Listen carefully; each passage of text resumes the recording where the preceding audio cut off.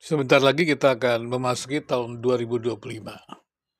Kita sudah melewati tahun 2024 dan hari ini kita berada di penghujung tahun 2024 atau hari terakhir dari 2024, dan sebentar lagi detik-detik kita akan meninggalkan tahun 2024 ini akan berlangsung. Dan biasanya di banyak tempat juga diadakan peringatan-peringatan, acara-acara untuk bisa mereka berkumpul, mengintrospeksi diri, merencanakan kemudian tindakan ke depan. Dan yang saya ingin katakan pada hari ini adalah, jikalau kita percaya Allah yang berdaulat itu, yang maha kuasa itu, yang transenden itu berdaulat atas kita, memelihara kita, sehingga kita sampai saat ini berada di penghujung tahun ini dengan baik, itu adalah karena sungguh-sungguh kasih dan anugerah Tuhan. Maka sesungguhnya ketika kita memasuki tahun 2025, kita juga mesti percaya bahwa Allah yang berdaulat itulah yang akan menyertai kita untuk memasuki tahun 2025. Mungkin kita punya mimpi-mimpi indah tentang tahun 2025, dan lihatlah itu dalam perspektif Tuhan. Atau mungkin juga saat ini kita sedang khawatir dengan banyak hal, kenaikan harga, PPN yang naik, dan juga barang-barang yang naik itu, dan segala hal yang mungkin menakutkan. Tapi cobalah kita lihat. Ada banyak hal yang menakutkan pada tahun-tahun kita memasuki tahun 2024, tapi kita bisa melewatinya pada tahun atau di penghujung tahun 2025 ini. Itu semuanya adalah karena anugerah Tuhan. Karena itu menurut saya adalah bagi orang yang percaya, maka kuasa iman itu ya akan menjadi sesuatu yang sangat penting ketika kita memasuki tahun 2025. Jadi iman yang saya maksudkan ini adalah kepercayaan kebergantungan kepada Allah pencipta. Jadi Allah yang pencipta itu adalah Allah yang berkuasa dan dia tidak meninggalkan ciptaannya. Jadi kalau kita katakan dalam Ibrani 11 yang mengatakan iman adalah percaya yang sungguh akan perkara-perkara yang kelihatan dan keyakinan yang pasti akan perkara-perkara yang tidak kelihatan, dan keyakinan pasti akan perkara-perkara yang kelihatan. Ya. Percaya yang sungguh akan perkara-perkara yang tidak kelihatan dan keyakinan pasti akan perkara-perkara yang kelihatan. Dan kemudian juga jangan lupa sekali lagi bahwa kita percaya kepada Allah yang maha besar, yang menciptakan dunia yang terbatas. Berarti persoalan-persoalan yang ada ini dalam dunia yang terbatas adalah hal-hal yang terbatas. Tetapi Allah yang maha besar yang tak terbatas itu menjadi persoalan kita. Artinya adalah kalau kita bisa melewati hari-hari ini sampai penghujung tahun ini, itu bukan karena kita luar biasa, hebat, dan mampu menganalisis segala persoalan dengan baik. Ya tentunya kita diberikan panca indera, kita diberikan pikiran, bagaimana merencanakan sesuatu, ya menetapkan apa yang kita ingin capai, dan kemudian juga kita mengerjakannya, dan kemudian juga mengevaluasi apa yang kita kerjakan, kemudian membuat perbaikan-perbaikan untuk yang kita kerjakan menjadi lebih baik, dan terus begitu demikian. Jadi kita terus tidak pernah berhenti mengembangkan diri untuk mencapai tujuan-tujuan yang kita sudah tetapkan. Kita punya visi, misi, berarti juga kita punya apa yang harus kita capai dalam tahapan-tahapan itu. Mungkin ada yang sedang merencanakan 5 tahun ke depan, 10 tahun ke depan, saya tidak tahu. Tetapi lihatlah itu semua dalam perspektif Tuhan.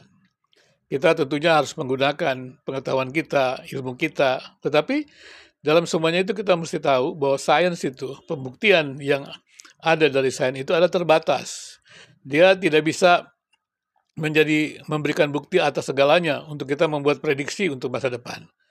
Dunia yang kita jalani tetap menjadi sebuah misteri. Seperti juga ketika kita masuk dalam gua yang kita tidak tahu arahnya mau kemana, disitulah kita akan menjalani hidup ini. Tetapi kita sudah belajar dengan baik untuk bisa mengerti lingkungan-lingkungan kita saat ini. Tapi tetap saja arah ke depan kita tetap tidak bisa tahu. Karena manusia yang dicipta ini terbatas. Dia bukan hanya tidak tahu berawalnya bagaimana, tapi juga dia tidak tahu berakhirnya bagaimana. Ya kecuali ya tentunya dia mengakhiri dirinya sendiri. Tetapi itu pun juga dia tidak tahu. Karena segalanya berada di dalam kedaulatan Tuhan. Demikian juga orang-orang yang merasa diri punya kuasa dan punya kekuatan untuk menghabisi segala-segalanya atau menguasakan hidup ini untuk dirinya sendiri, dia juga tidak akan mengalami sebuah kepuasan dan tidak ada jaminan bahwa dia bisa menguasakan segala sesuatu. Karena Tuhan itu berdaulat. Artinya adalah Marilah kita yang beriman ini percaya bahwa Allah yang berdaulat itu akan menolong kita. Indonesia memang mengalami pergulatan yang tidak mudah. Pergantian kekuasaan dengan harapan-harapan baru tentunya ada dalam setiap orang. Tapi persoalan-persoalan baru juga ada. Dan kita disuguhi dengan banyak hal yang mengkhawatirkan. Persoalan-persoalan korupsi yang tidak pernah selesai, dan juga kita tidak tahu bagaimana cara penyelesaiannya. Tetapi kita percaya, ya, ketika kita juga semuanya sebagai warga bangsa, sebagai orang yang beriman, percaya kepada kedaulatan Tuhan, maka kita juga harusnya tahu, sebagai orang beriman, melakukan segala sesuatu itu dengan kebaikan, keadilan, kebenaran. Maka dengan demikian, maka kita berharap bahwa dunia yang kita jalani ini, Indonesia yang kita jalani ini akan semakin lebih baik lagi.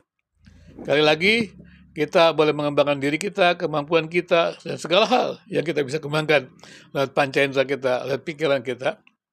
Tetapi satu hal lagi, kita tetap terbatas. Dan kalau kita bisa melewati hari-hari yang lalu itu, bukan karena kita luar biasa cerdasnya.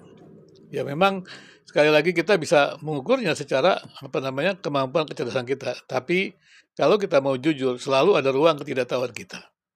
Ruang ketidaktahuan kita itu menjelaskan bahwa ada sesuatu pribadi yang lain. Bahwa ada sesuatu kuasa yang lain. Ada sesuatu yang mengendalikan di luar kemampuan kita. Yang kita tidak pernah tahu. Tapi itulah iman agama. Bukan iman dalam arti kata keyakinan, pasti. Kalau keyakinan itu yang pasti berdasarkan prediksi kita, tidak. Justru iman yang kita terima ini di dalam anugerah Tuhan, kita tidak tahu pasti. Tapi kita percaya dengan pasti, kita beriman, pasti. Kenapa? Karena Tuhan yang Maha Besar itu akan mengendalikannya. Meskipun dalam ketidaktahuan kita, Allah yang punya rencana baik itu akan mengerjakan rencana baiknya kepada kita, meskipun kita tidak tahu. Jadi, ya di penghujung tahun ini, ya kita berharap sekali lagi, marilah kita juga melewati ya hari-hari yang sebentar lagi kita lewati ini, hari-hari lagi ini jam, dan kemudian menit, dan kemudian detik. Dan jangan lewati untuk merenungkan bahwa masuknya tahun 2025, kita percaya anugerah Tuhan, kuasa Tuhan, kebaikan Tuhan akan menyertai kita. Meski kita tidak pernah melihat ya jalan ke depan sekalipun, dan meskipun awan begitu tebal dalam perjalanan kita, ketika kita tidak mampu membuat sebuah program ke depan karena keterbatasan kita. Tapi percayalah, Allah yang berdaulat itu punya rencana untuk kita. Dan karena Allah yang berdaulat itu punya rencana untuk kita, jangan pernah jemu untuk belajar tentang Tuhan, mengenal rencananya Tuhan, dan mentaati Tuhan, dan kemudian berjuang untuk hidup memuliakan Tuhan. Sekali lagi, selamat memasuki tahun 2025, muliakanlah Tuhan, sebab Tuhan itu baik, dan biarlah damai sejahtera Allah yang melampaui segala akal itu diam di dalam diri kita, dan keyakinan kekuatan Allah itu menolong kita memasuki 2025. Meskipun kegentaran itu ada, tapi Tuhan yang berdaulat itu akan memampukan kita. Sekali lagi, selamat memasuki tahun baru 2025.